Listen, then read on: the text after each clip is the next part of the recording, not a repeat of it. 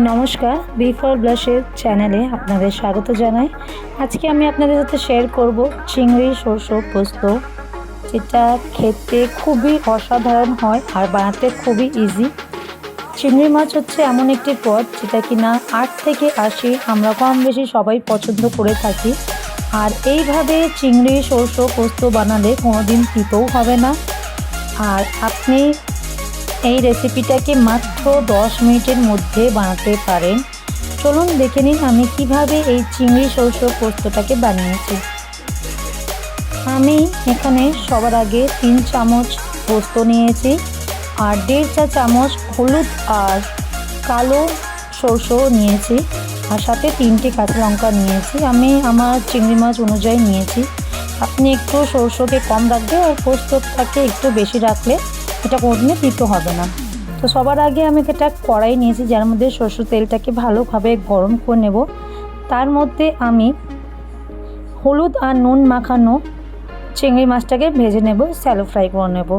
চিংড়িকে ভালো করে এপিঠ আর দুটোই পিঠকে আমি একটু লাল লাল করে নামিয়ে নেব। আমি এটা আমার ঠাকুমার কাছ থেকে শিখেছিলাম।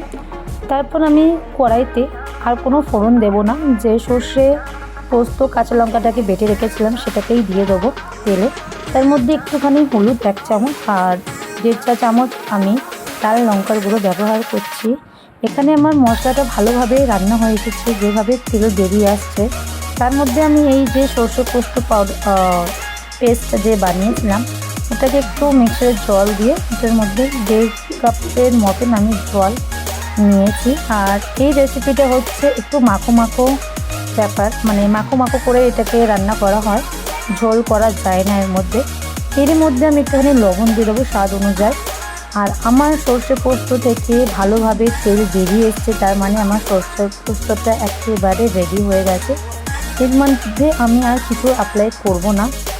একটুখানি ফুটে আসলেই আমি এর মধ্যে আমার যে ভেজে রাখা চিংড়ি মাছ ছিল সেটাকে আমি দিয়ে দেবো। চিংড়ি মাছ দেওয়ার সময় আপনাকে হিটটা একেবারে লোতে রাখতে হবে।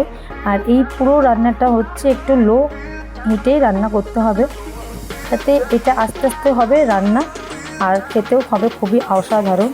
এবার একটুখানি আমি চিংড়ি মাছকে সর্ষে পোস্তর মধ্যে ছেড়ে দেবো, 2-3 মিনিটের জন্য আমি ছেড়ে দেবো। তারপর এটাকে আমি নামিয়ে নেব। আমার সর্ষে পোস্ত রেসিপিটা একেবারে রেডি হয়ে গেছে। আমি এটাকে একটু গার্নিশ করলাম কাঁচা লঙ্কা চেরা দিয়ে। আপনারা চাইলেন এটাকে স্কিপ করতে পারেন, ঠিক আছে।